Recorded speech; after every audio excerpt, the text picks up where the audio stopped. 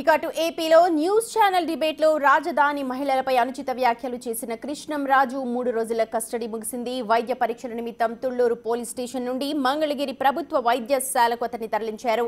అనంతరం మంగళగిరి న్యాయస్థానంలో హాజరుపరచనున్నారు. విచారణలో భాగంగా కృష్ణం రాజు పలు విషయాలు బయటపెట్టారు. వైసీపీ సోషల్ మీడియా విభాగం ఇచ్చిన సమాచారాన్ని మాత్రమే తాను డిబేట్ లో మాట్లాడానన్నారు. రాజధాని మహిళలపై చేసిన వ్యాఖ్యలకు పశ్చాత్తాపడుతున్నానని, వైసీపీ నేతలు తన అకౌంట్లో డబ్బులు ఎందుకు వేశారో తనకు తెలియదంటున్నారు.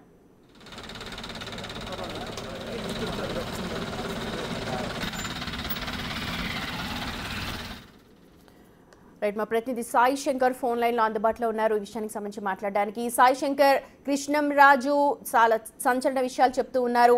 ఆయన ఏదైతే వైసీపీ నేతలు డైరెక్షన్ లోనే నేను మాట్లాడాను, ఎందుకు అకౌంట్ లో డబ్బులు వేశారు కూడా నాకు తెలియదు అంటున్నారు. ఇది ఎంతవరకు నమ్మశక్యంగా ఉంది? దీనిపైన రాజధాని మహిళలు ఏమంటున్నారు?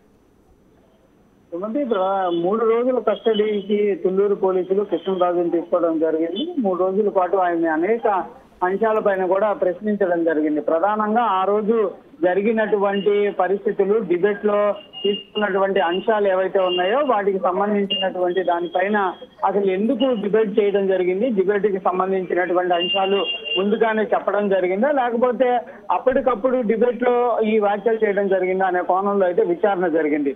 ఈ విచారణ సందర్భంగా కూడా కృష్ణరాజు అయితే అనేక అంశాలను కూడా చెప్పినట్టు తెలుస్తుంది. వైఎస్ఆర్సీపీ పార్టీకి సంబంధించినటువంటి సోషల్ మీడియా వింగ్ సూచనలకు అనుగుణంగానే ఆ రోజు వ్యాఖ్యలు చేసినట్లు కూడా చెప్పడం జరిగింది. దాంతో పాటు ఆయన చేసినటువంటి వ్యాఖ్యలకు సంబంధించిన దానిపైన తాను పశ్చాత్తాపం కూడా గురయ్యాననే విధంగా చెప్తున్నారు. మా రాజధాని మహిళలను ఉద్దేశించే విధంగా నేను మాట్లాడాలనే ఉద్దేశంలో లేను అనే విధంగా కూడా ఆయన చెప్పినటువంటి పరిస్థితి అయితే ఉన్నట్లు కూడా మనకి కొంత సమాచారం అందుతుంది. దాంతో పాటు అసలు ఈ వ్యాఖ్యలు చేయడానికి కానీ, డిబేట్లలో పాల్గొనడానికి కానీ, వీటన్నిటికి సంబంధించినటువంటి అంశంలో ఏమన్నా మనీ ట్రాన్సాక్షన్లు ఏమన్నా జరిగాయి అనే విధంగా కూడా పోలీసులు అయితే ప్రశ్నించినటువంటి నేపథ్యంలో వాళ్ళు ఎలాంటి డబ్బులు తీసుకోలేదనే విధంగా చెప్పారు. తర్వాత అకౌంట్ కి సంబంధించినటువంటి డీటెయిల్స్ ని కూడా పోలీసులు ఆయన ముందు ఉంచి విచారించడంతో తాను డబ్బులు ఎట్లా వేశారు, ఎవరు వేశారు అనేది నాకు తెలియదు అనే విధంగా కూడా పోలీసులకి సమాధానం చెప్పినట్లు కూడా పోలీసుల నుంచి అయితే మనకు తెలుస్తున్నటువంటి పరిస్థితి ఉంది. మొత్తంగా మాత్రం రాజధాని మహిళలకు సంబంధించినటువంటి అంశాలు కానీ, ఆయన మాట్లాడినటువంటి ఆ రోజు డిబేట్ కి సంబంధించిన దానిపైన కూడా కొన్ని విషయాలను కూడా హైడ్ చేస్తూ పోలీసులు అనేక ప్రశ్నలను అడిగినా కూడా వాటికి సమాధానం చెప్పినటువంటి పరిస్థితి లేదనే విధంగా కూడా విచారణలో ఉన్నటువంటి అంశాలు కూడా తెలుస్తున్నాయి.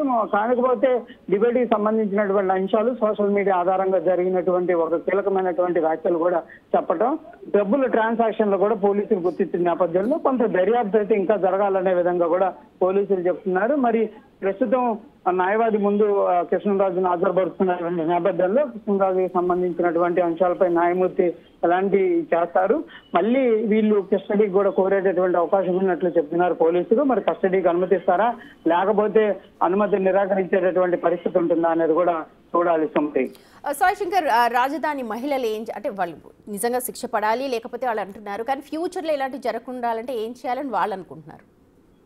అంటే ప్రధానంగా దీనికి సంబంధించి ఈ కేసులో అయితే శిక్ష అనేది కఠినంగా ఉండాలనే విధంగా కూడా వాళ్ళైతే రాజధాని రైతులైతే కోరుతున్నటువంటి పరిస్థితి ఉంది. ఎందుకంటే తమ పైన అనుచిత వ్యాఖ్యలు చేయడంతో పాటు తమని అగౌరవపరిచే విధంగా మాట్లాడటం అనేది మమ్మల్ని అందరినీ కూడా కలిసివేసింది.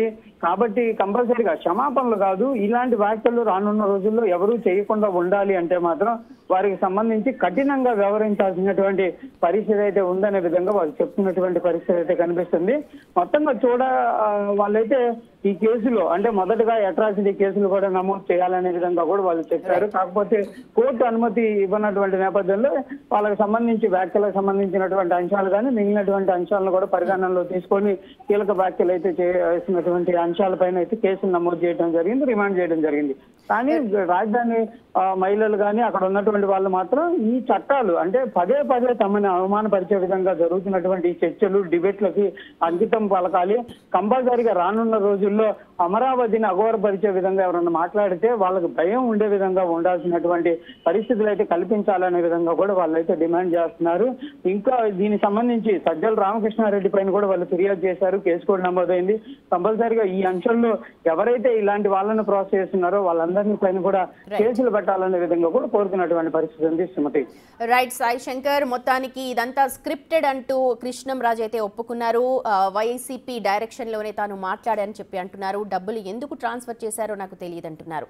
పశ్చాత్తాపం అయితే కనిపిస్తోంది. ప్రస్తుతం 3 రోజుల రిమాండ్ ముగిసింది. చూడాలి మరి న్యాయమూర్తి ఎటువంటి ఇన్ఫర్మేషన్ ఇస్తారో మనకు మధ్యాహ్నం తర్వాత